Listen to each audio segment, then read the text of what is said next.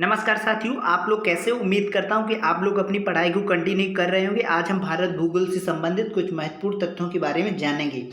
भारत की खनिज संपदा के बारे में जानेंगे आज। तो चलिए शुरू करते हैं। भारत में यहाँ पर हम देख लेते हैं किस प्रकार से भारत की संपदा को बांटा गया और किस प्रकार से आए, इसका अध्ययन हम करेंगे। ठीक है, तो देख लेते हैं भारत की खनिज संपदा। भारत में खनिज संपदा की दृष्टि से भारत एक संपन्न देश है। भारत की सभी प्रकार की खनिज पाई जाती है। भारत में सभी प्रकार की खनिज पाई जाती है। प्रमुखता भारत में पाए जाने वाले खनिजों को 3 वर्गों में बांटा गया है। कौन कौन से हैं? धात्विक खनिज, अधात्विक खनिज और ऊर्जा खनिज। इन सभी के बारे में हम विस्तृत रूप से अध्ययन करेंगे। तो चलिए शुरू करते हैं। हम बात करते हैं पहला पॉइंट की, यानी समुद्र संसाधन के भंडार हैं। तो ये आपको याद रखना है कि समुद्र जो होते हैं वो संसाधन के भंडार होते हैं। यानी स्थल की अपेक्षा समुद्र में संसाधन अधिक पाए जाते हैं। यानी पेट्रोलियम, सोना, चांदी सभी गैसें समुद्र में पाई जाती हैं स्थल की अपेक्षा। बस ऐसा अभी इसका तात्पर्य ये है कि अभी टेक्नोलॉजी इतनी विकसित नहीं हुई है कि हम समुद्र से संसाधन का दोहन कर सकें। इसलिए अभी मानव जाति सिर्फ और सिर्फ स्थल तक ही सीमित है जो संसाधन का उपयोग कर रही है। ठीक है, तो समुद्र में पाई जाने वाली खनिजों को उपयोग के लिए संयुक्त राष्ट्र ने 1982 में एक सम्मेलन किया था। तो इसके ये क्या है, इसके बारे में जान लेते हैं। तो याद रखना 1982 में एक सम्मेलन हुआ था। कहाँ पर? संयुक्त राष्ट्र ने एक आयोजन किया था। तो वो कौन सा जो सम्मेलन था उसका नाम था अनक्लोज, यानी UNCLOS, यानी फुल फॉर्म होता है United Nation Convention on Law of Sea. ठीक है, नाम से जाना जाता है। तो इसके बारे में जान लेते हैं। क्या है कि अनक्लोज समझौते के अंतर्गत सभी देशों के अपने सीमावर्ती समुद्रों पर अधिकार दिया गया है। यानी कोई भी देश है, जैसे कि हम भारत की बात करें तो ये भारत का प्रायद्वीपीय भारत है और इधर आपका अरब सागर है, इधर पश्चिम बंगाल की खाड़ी है और इधर हिंद महासागर। यानी प्रायद्वीपीय भारत की जो हिस्सा, समुद्र का जो स्थल है, इसमें कई मीलों तक भारत को अधिकार दिया गया है अपना अनन्य आर्थिक क्षेत्र, यानी अपना वो यहाँ पर आर्थिक दृष्टि से किसी भी संसाधन का दोहन कर सकता है। ठीक है, तो इसी की हम बात कर रहे हैं, जान लेते हैं। जो पहला पॉइंट है कि अनक्लोज के समझौते के अंतर्गत सभी देशों को अपने सीमावर्ती समुद्रों पर अधिकार दिया गया है। प्रत्येक देश को 3 प्रकार की सीमाएं निर्धारित की गई हैं। ठीक है, तो वो कौन कौन सी हैं पहले देखें। जिसके अनुसार अनन्य आर्थिक क्षेत्र 200 समुद्री मील तक है। ठीक है, तो ये याद रखना है कि जो आपका प्रायद्वीपीय भारत है, इसके 200 समुद्री मील तक समुद्र में भारत को अधिकार दिया गया है कि वो आर्थिक क्षेत्र से अपना यहाँ पर किसी प्रकार का रिसोर्सेज यदि प्राप्त करता है, पेट्रोलियम, सोना, चांदी, तो उसका दोहन कर सकता है। ठीक है, तो ये पॉइंट आपको क्लियर हो गया अगला पॉइंट की हम बात करें तो अपतटीय क्षेत्र खनिज संसाधन के भंडार होते हैं। तो ये भी आपको बता दें कि जो आपका प्रायद्वीपीय भारत है, इसके पास का जो छिछला समुद्र होता है, यानी कम गहराई वाला समुद्र होता है, क्योंकि अचानक कोई जो गहराई होती है पानी, वो अचानक सीधी ना जाके बल्कि धीरे धीरे गति से नीचे को जाती है। तो जब जो छिछला समुद्र होता है वहाँ पर उसे हम अपतटीय क्षेत्र कहते हैं। तो आप समझ गए होंगे कि अपतटीय क्षेत्र किसे कहते हैं कि किसी भी नदी के पास का जिसमें जो गहराई वो धीरे धीरे बढ़ रही हो, यानी गहराई कम हो, छिछला पानी हो, उसे हम अपतटीय क्षेत्र कहते हैं। तो हम समुद्र की बात कर रहे हैं, भारत की बात कर रहे हैं। तो अपतटीय क्षेत्र खनिज संसाधन के भंडार होते हैं, यानी खनिज सबसे ज़्यादा अपतटीय क्षेत्रों में ही पाए जाते हैं। किसी भी देश के तट से लगे छिछले सागर को अपतट कहा जाता है। तो आप समझ गए होंगे कि किसी भी देश के तट से लगे छिछले सागर को अपतट कहा जाता है। और भारत अपनी आधार रेखा से 200 समुद्री मील तक अपतटीय क्षेत्र संसाधन दोहन कर सकता है। तो ये आधार रेखा की बात करें तो ये आपका जो प्रायद्वीपीय भारत है, तो आपको बता दें कि प्रायद्वीपीय भारत की बात करें तो आपको कि 200 समुद्री मील तक अपतटीय क्षेत्र का दोहन कर सकता है। यानी प्रायद्वीपीय भारत इस प्रकार है, लेकिन आपको ये सीधा मैंने दिखा दिया, जबकि किसी भी समुद्र की जो सीमा रेखा होती है स्थल की, वो इस प्रकार से होती है। यानी और हम इसे बना दें, इस प्रकार से होती है। तो जो इसकी सीमा रेखा को आधार से नापा जाता है सीधा पॉइंट। तो ये जो छोटे छोटे स्थल बचते हैं जल के, इनको सीधी रेखा बनाए रखने के लिए इसे हम आधार रेखा कहा जाता है। यानी कोई भी अगर रेखा है इस प्रकार, यानी समुद्र का पश्चिमी घाट मान लेते हैं, तो इसके लिए आधार रेखा को हम ऐसे मान लेते हैं, ये आपकी आधार रेखा है। यानी समुद्र के सामने किसी भी रेखा को खींचना ही आधार रेखा कहलाता है। ये समुद्र भीतर है, स्थल की तरफ है, इसलिए यदि हम सीमा रेखा को इस प्रकार टेढ़ी तरीके नापेंगे तो नापने में असुविधा होगी, इसलिए आधार रेखा को हम सीधा मान लेते हैं। तो आप समझ गए होंगे। ठीक है, हाँ, तो अगला पॉइंट की बात करें हम भारत में धात्विक अधात्विक खनिज ऊर्जा खनिजों में कोयले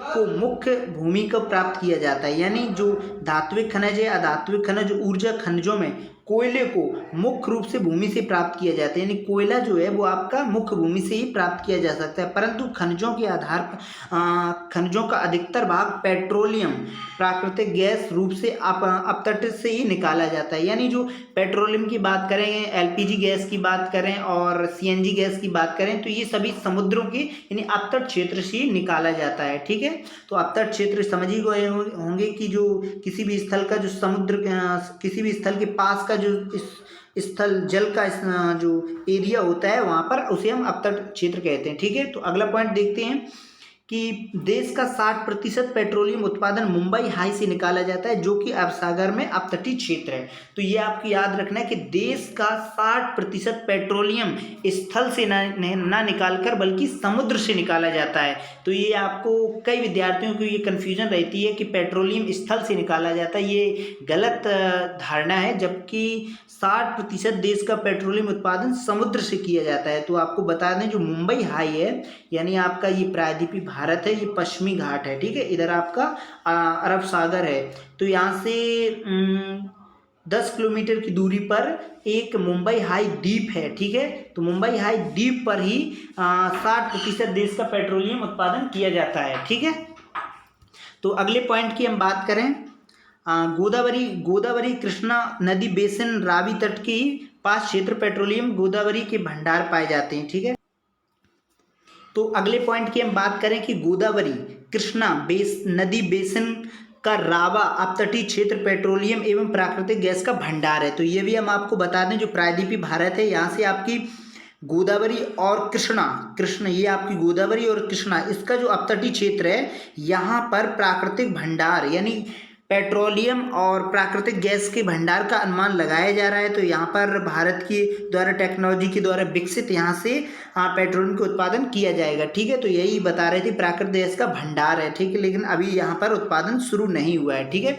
तो ये पॉइंट आपका क्लियर हो गया होगा। अगले पॉइंट की हम बात करते हैं, तो भारत के संविधान के अनुसार यानी संविधान में क्या प्रावधान है उसके अनुसार बात करते हैं। भारतीय संविधान के अनुसार मुख्य भूमि के संसाधन पर राज्य सरकार का अधिकार होता है और तथा ये राज्य की आय में जोड़े जाते हैं और परंतु अपतटीय क्षेत्र में पाए जाने वाले खनिज पर केंद्र सरकार का अधिकार होता है। तो हम बात करें प्रायद्वीपीय भारत की, जैसे कि यहाँ पर गोवा है, केरल है और कर्नाटक है, आपका तमिलनाडु है। यानी जो मुख्य भूमि पर यदि कोई संसाधन का उत्पादन पेट्रोलियम गैस या किसी का भी उत्पादन हो रहा है तो उसमें राज्य का ही अधिकार होगा। यदि केरल के स्थल में केरल तट के पास कोई स्थल पे यदि किसी पेट्रोलियम गैस या फिर सोना चांदी का उत्पादन हो रहा है तो उसे राज्य का सोर्स माना जाएगा, उस पर केंद्र सरकार का अधिकार नहीं होगा। लेकिन समुद्र में यदि कोई अपतटीय क्षेत्र में किसी भी प्रकार का कोई उत्पादन पेट्रोलियम गैस आदि का उत्पादन हो रहा है तो उस पर केंद्र सरकार का अधिकार होगा। ठीक है, तो ये